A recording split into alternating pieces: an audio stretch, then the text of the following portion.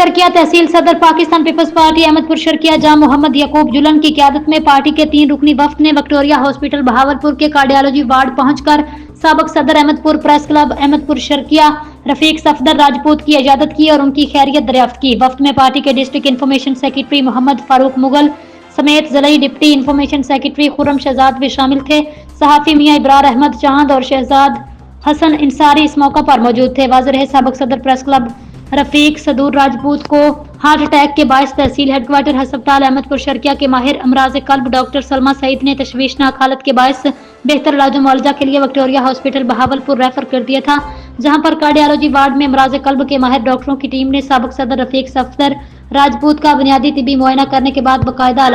इलाज शुरू कर दिया था।